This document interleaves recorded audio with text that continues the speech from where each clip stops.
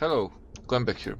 Let me show you 6 money making possibilities from Solzreed Peninsula, and before we begin I want to dedicate this episode to Phoenix Guild from Prophecy. They promised me to take me to Solzreed, but we never got there. I hope someday we will. And let's begin. Solzreed Peninsula is a popular place amongst traders because specialty workbenches, and we have 2 of those. One is located north part of the zone, second one is located south part of the zone. Both have easy access to water, which means that you can make a really fast intercontinental trade run. You just don't have to store those packs anywhere, you craft them, jump into your boat and move out. And I have to say here, I'm not a fan of those trade packs from this zone.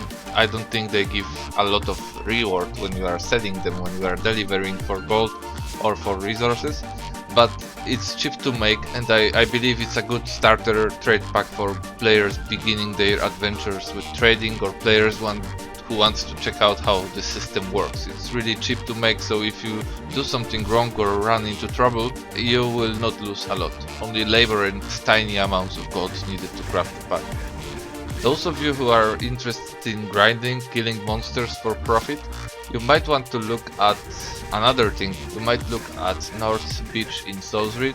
It has elite monsters level 35, and killing them gives you a chance to obtain Fire Ironclad or Black Pearl design parts. It's hard for me to say how popular those items are right now, but when I'm thinking about ships, I'm thinking about how many people those ships can carry, because Lutsong Junk and Esnan Cutter, they can take 20 people on board without being slowed down by, too many people on the deck.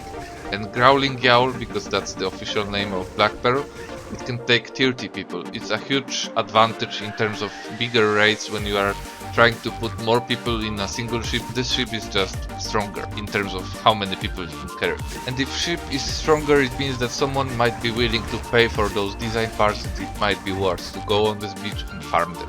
And if you like gathering more than killing monsters, this zone has a lot to offer to you as well.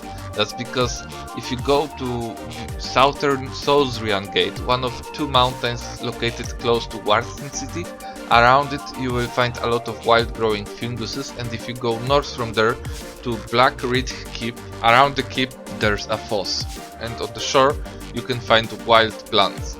Those can give you Clubhead Funguses spores. And if you want even more, you can always head towards Nuyan starting zone. If you end up in Blue Mist Forest, it means you might find additional plants and funguses.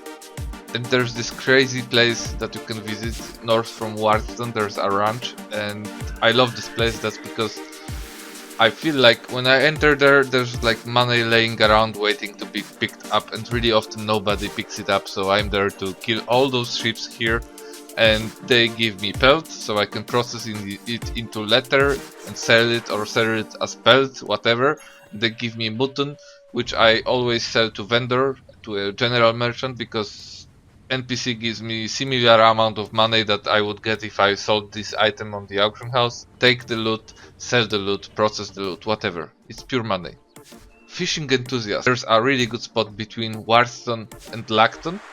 On the road you will find a fish stand, and next to the fish stand you have the pond. If you see school of fish, it means that this place is really good to start fishing, because if you do, then you maximize your time and efforts to catch the fish, and once you loot it, you will deliver it in a matter of seconds. And last, maybe the best money making opportunity here is to use Advanced Crafter's House. There's a public house with different set of tools that you can use for crafting. And for those of you who do not know, ArcheAge Crafting Folio has like 3 stages of crafting requirements. First stage of crafting is like the one that everyone has access to. You don't have to get anything, you go into the city, search for a workbench and start crafting basic stuff. But once you crafted the basic stuff and you want to get something bigger, like advanced armor, like Ethereum armor or Delphinad armor, turns out that you cannot do it in those workbenches in cities and villages. That's because you will need advanced workbench, and to get access to one of those, you would have to find a house of other player who has this workbench and his property is set to public. Or you would have to build your own house and your own workbenches to be able to use them. There's also first stage I've mentioned. Some of those advanced craftings that were released with patch 3.0, they require you to go out into community center and use workbenches there to craft, but that's not a problem, that's not a limit, and there are only few recipes that you will craft this way. Anyways, this public house unlocks advanced crafting stations for you, which will allow you to craft most of recipes present in your crafting folio.